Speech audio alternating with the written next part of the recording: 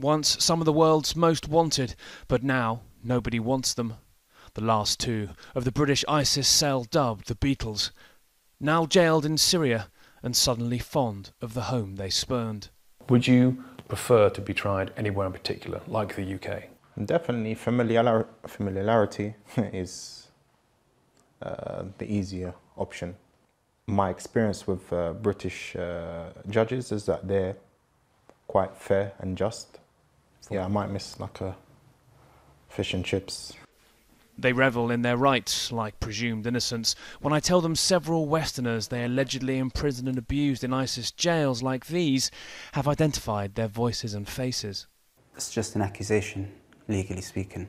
You know, if Britain said we're going to deal with you with barbaric law or with law from the medieval ages, then yeah, hung, draw and quarter me, right?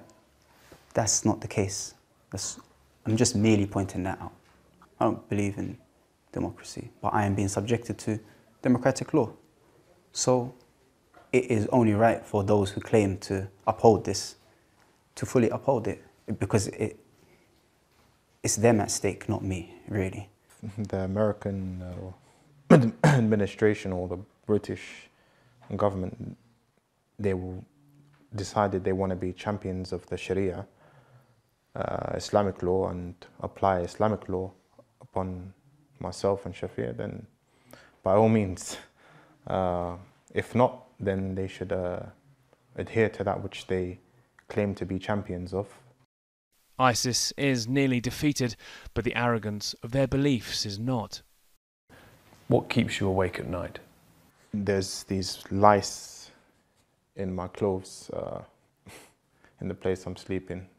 So there will be some people who see you make a joke of that question and think that whatever's gone before to you is sort of being a bit of a laugh. Are you saying that there's nothing that you witnessed here in Syria or been involved in that troubles you?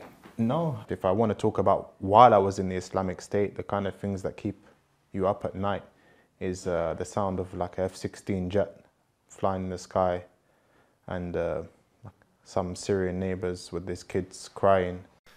There is so much bravado, it's hard to see if they really think it all, the videos, the savage beheadings, went too far. Do you regret that sort of messaging? Yeah, definitely. It would be damaging, and it's regrettable that that families had to see that. So Jihadi John is dead now. What kind of a guy was he? He was a friend of mine. For what reasons? For what reasons was he my friend? Do you need to have a reason to be a friend of somebody? I'm just asking you to describe him as a person. Oh, to describe him as a person?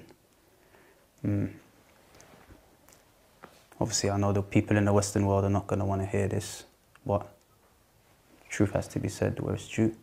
And he's one of the most loyal friends I've had.